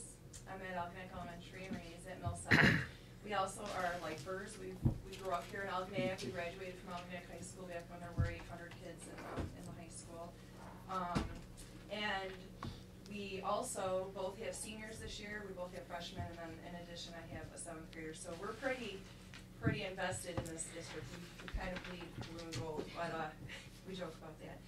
Anyways, I went to the community meeting and spoke, probably out of turn, but I just, with all the social media happening and everything else, I know emotions are running high about this consolidation, and Renee and I had talked, and actually a lot of the other teachers, and quite a few of them are here. We have representation from all the elementaries. I see there's Fairhaven, Millside, Algonac, I don't know if there's any middle school or high school, but we kind of are, I don't want to speak for everybody, but I can certainly say a good 80% of the teachers are on board with this. Are we like super happy about it? Probably not. In the community meeting, I even said that, you know, when I had caught wind of it this summer, I actually cried, like literally, in literal sense, because Algonac is where I teach, that's where my heart's at, and, you know, with the consolidation is going to close, I mourned it, I really did, and I'm okay with it now because of the reasons we're about to tell you. We both believe that it is what's best for the kids, numerous reasons. And I know I don't have a connection per se to Fairhaven. I haven't worked there. I've worked at, actually I worked at Fairhaven for 2 years, but it's been quite a while since I've worked there. And I can feel their stress over, you know, the distance-wise, and because it is a tight knit. And when I worked there 18, 17 years ago, it was like that. It's very tight knit. As I feel all the elementaries are, though. There are a lot of benefits that we see as educators that can be had from consolidating and pooling our resources. And so, and one Renee's going to, we kind of made a bulleted list, so she's going to tell you about those. But the one thing I wanted to kind of touch on, when you said, Dr. Stricker, when you said, you know, if we're all together, you know, with the fluctuation of numbers of kids in that grade, how you can adjust. I do think that's important, and I'm just going to, I don't know, I'm sure you know this, but we have right now, there's a huge difference, and I'm just gonna use kindergarten as an example. One of the elementary buildings, one teacher, there's 2 teachers in both of these buildings I'm talking about. One has 14 kindergartners. The other one at the other building has 27. That's like, she's teaching a double class. So if And we it's happened in the past before too, where Fairhaven had really low numbers for kindergarten and Millside sat really high, so it's kind of just, that's how it works. It's happened all over, but this year is like extraordinary difference. And I'm referencing Millside, one of the teachers has 14, maybe less now.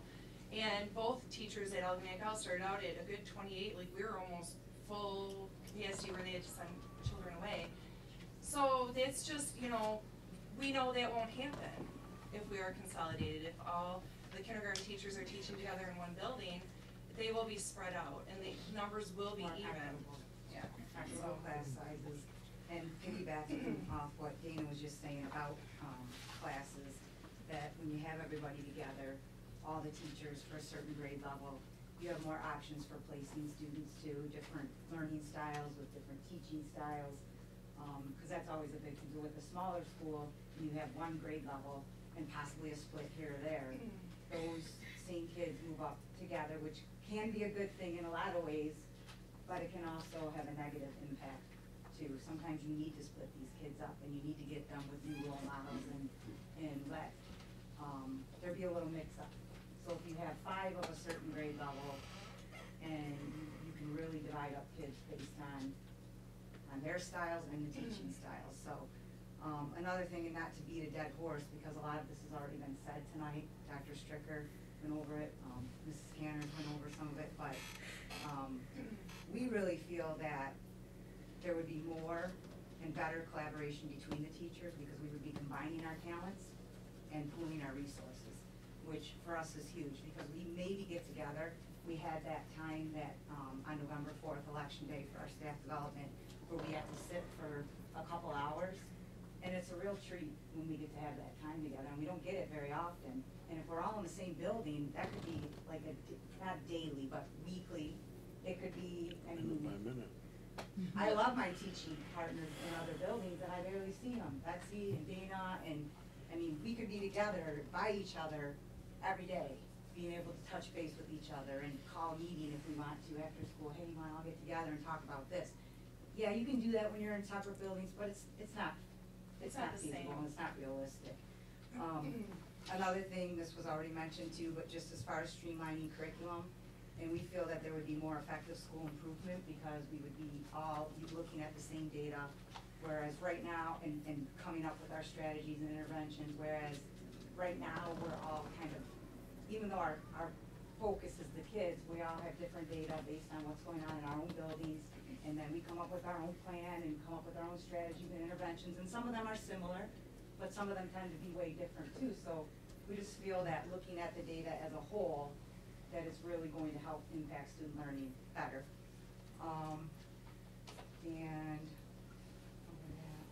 And then it was already mentioned too, just about alleviating the stress of having, in those preteen, teenage years, having 1 transition versus 2, going from 5th to 6th grade or 8th to 9th grade. And yes, there would be that transition going from 1st to 2nd grade, definitely going from one building to another. But I think younger children, and I've always taught younger children, early childhood, those kids tend to be a little bit more flexible with change than older preteen, teenage kids, and with all the stresses that come along with that. So I know some. I was just saying, we talked about that with the child development too, that, you know, if they're combined, this is how we feel and using what we know about child development. We think that if they're together sooner, like traveling together, K1, you know, and then doing the transition over to the 2-6 building, we really feel like they're going to be more comfortable with each other. They're going to have a bigger base of who they know. I mean, I've witnessed that a little bit with with my middle son because he had the opportunity to play tackle. So he knew kids, because it's a big organization, so he knew kids from all the elementaries. And I think, you know, when kids have those familiar faces, it is an easier transition for them. But we're just thinking, you know, 6th grade, even 5th grade, they're very self-conscious. It's when they start to like go through that, who am I? And I mean, we can't, it's like looking into a crystal ball, but using what we know, that's how we think that they'll be more comfortable. It'll be an easier transition to go to, you know, to 7th grade at the high school, because they'll know everybody, and they'll have known everybody and grown up with them all together. And to wrap it up, if teachers don't mind, who's ever here and is on board with Dana and I and the things we're saying, do you mind standing up? We also, I mean, this is a big change, or any school staff, this is a big change for our community. It will be a big change. But the thing that we need to think about is what's best for the students and what's going to impact the students and their learning. And somebody was mentioning about advocates. Now, granted, we can't speak for everybody, but we do. There's a lot of people that aren't here that also feel the same way that we do. And somebody mentioned about advocates. And for the ones that are here, I hope you're comfortable me speaking for you and saying that we, teachers, are your children's biggest advocates. And we see the benefits and the good that can come with this. So.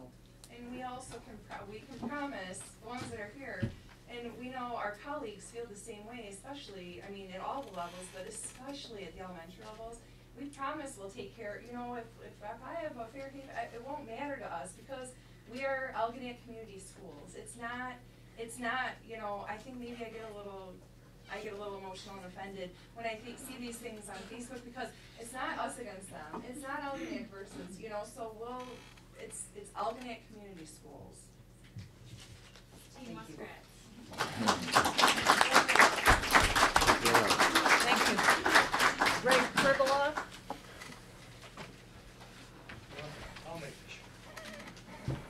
Okay, at the town hall meeting last week, there was a major concern for me when some of the people who were planning Plan B and Plan C said it's no big deal if we go into debt. Well, I don't know about you, but I've been sitting in these meetings, I've seen how you guys have had to cut through the years. There's nothing left to cut. If we go into debt, it's a death spiral. You gotta cut sports, you gotta cut band, you gotta cut art, you gotta cut everything. More people are gonna leave than what if you did this program right now. So that's my main concern, because him, by legal, has to submit a balanced budget every year, which means he has to cut. He has no choice about it. The studies about small schools. I love Fairhaven. I went to school to Fairhaven. My son went to Fairhaven. I was PTG president of Fairhaven. Love Fairhaven. But I believe it's the teachers that make the difference. It's not the size of your classroom. And I think Susan can vouch for this. I mean, every time I drive down 21 Mile Road, I see Lance Cruz with another banner saying something about their schools, one of the best in the state, and yada, yada, yada. It really burns me sometimes. But I don't believe it's the amount of kids you have in the building. I believe it's the teachers, the administrators, and the parents. All right? It's the parents that make the difference. This is great to see tonight. Usually it's only about 15 people. So, you know where the building is at now, you know what time we show up. Thanks, Ray. That's the thing I just want to say. It's your job to educate our kids the best way you can. And when you guys go to make this decision, you got to take the faces, the emotions, everything out of it. Because it's your job to educate our kids. It's not your job to worry about how Johnny's going to get to school in the morning. That's our job. Your job is to educate our kids the best way you can. And I believe this consolidation is the basically the only way to go. I hear, well, we're turning up, we're turning around, but we all know it just takes one plane into a building.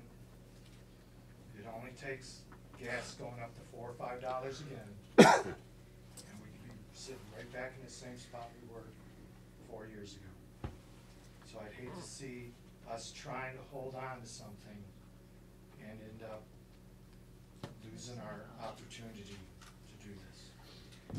And one other note, the girls from theater group are still here. I have a nephew at Romeo High School. I watched him in Chicago, Schoolhouse Rock, Beauty and the Beast. They've done it all. It's amazing. So I hope you guys can really get this going. And one other note is Happy Thanksgiving, everybody. Yeah, what about that? Thank you, Ray. That's it, thank you. On the action items, resolution for summer tax collection. I make the motion that the Board of Education approve the annual summer tax resolution as presented, calling for 100% summer collection of property taxes in 2014, with a copy of the resolution to be provided to the local governing bodies prior to January 1st, 2014. Complete copy of the resolution should be attached to the minutes. Support. That 15? should be 2015. 2015 as noted. 15. Did somebody support? I did. Susan. Been moved and supported. Any discussion? Hearing none, all those in favor, aye? Aye. Aye. Any Under opposed? protest, I will say aye. Duly noted. Organization of the high school bowling team. I'll make a motion to approve the formation of a high school bowling team starting this year. Support. Been moved and supported. Any discussion other than the fact that I think this is a great idea. I've talked to a couple of kids that they're not into sports, they're not into honor society or any of the other extra stuff, whatever, and they can't wait to go bowling. So I just think that's just a great thing. What a great idea. Good job, Mitch. Anyone else? Hearing none, all those in favor, aye? Aye. Aye. Any opposed? That passes. Approval of the KSS invoices. I'll make a motion that the Board of Education approves the payment to KSS Enterprises in a total amount of $74.95 for the purchase of custodial supplies. Support. It's been moved and supported. Any discussion? I would like to abstain from the vote, please, due to a possible conflict of interest. Okay, so noted. Any other discussion? Hearing none, all those in favor, aye? Aye. Aye. Any opposed? That passes. Approval of a payment to Nancy Jeanette. I'll make a motion that the board approves the payment to Nancy Jeanette in the total amount of $598 for consulting services. Support. It's been moved and supported. Any discussion? Well, I just want to make sure. I want to abstain from the vote, please, due to a possible conflict of interest. So noted. Nancy did that as a favor in transition to Crystal. So I want to make sure that's clear that she was ready to retire. Heck, she's retired 3 times, I think. So good for her. She wants to retire. So she came back. I want to make sure I set the record. She came back to help us out in transition. So I want to make sure that's out there. Any other discussion? Hearing none, all those in favor, aye? Aye. Any opposed? That passes. I'll make a motion that the board go into executive session for the purpose of discussing legal issues at 9:10. Support. It's been moved and supported. All those in favor? Aye. Any opposed? That passes. What you mean, The only- rushing?